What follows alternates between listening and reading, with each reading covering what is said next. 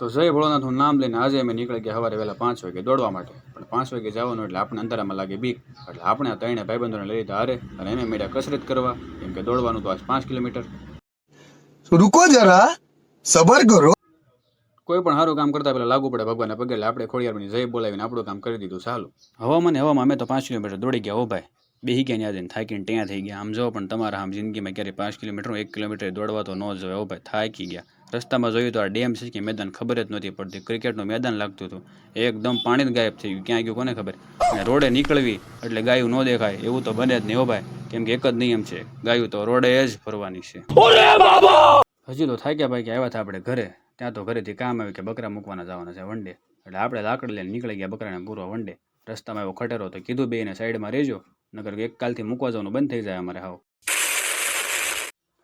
ઘરે આવીને જોયું તો કિશુબેન જાગી ગયા હતા. અને કિશુબેનને તો ગાવું બહુ ગમે. એટલે કિશુબેન ગાને રોટલી દેવા નીકળી ગયા. પણ ખબર નહીં કે આગળ દાદરો છે એટલે કિશુબેન ઉતરતા આવડે નહીં. ફટાફટ કિશુબેન બેસી ગયા નીચે અને દાદરો ઉતરી ગયા. મને કે લાવો કે રોટલી હું દેવા જાઉં. એટલે કિશુબેન નીકળી ગયા ગરવું લઈને ગાને રોટલી દેવા. પણ બીકણી તો ઠેઠ સુધી દેવા જાય નહીં. રસ્તામાં મૂકી દીધું. એટલે ગા તો કે અંદર આવી ન કે આપણે ફટાફટ ગરવું હાથમાં લઈને ગાને આપી દીધું. અને ગા ખાઈ લીધી. ને હું અને કિશુબેન બે મેં ગાને જોતા રહી ગયા કે રોટલી ગા અમારે ભાળતા પૂરેપૂરી ખાઈ ગઈ ઘડીકમાં. તો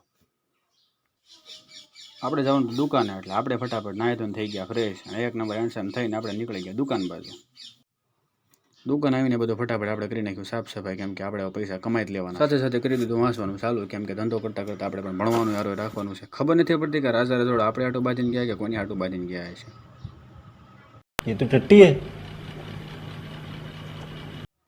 થોડુંક વાંચ્યું તો આવી ગયા તો કુલદીપભાઈ સકડી ફેરવાની ઘણી ટ્રાય કરી, પણ એનથી કંઈ સકડી હરકાય ફેરી નહીં. એટલે છેલ્લે એ કંટાળીને ભાગી ગયો કે માય ગયો આ બધી લપ કોણ કરે. એટલે એ આવી ગયો નિશાળે ભણવું સારું એ ગયા.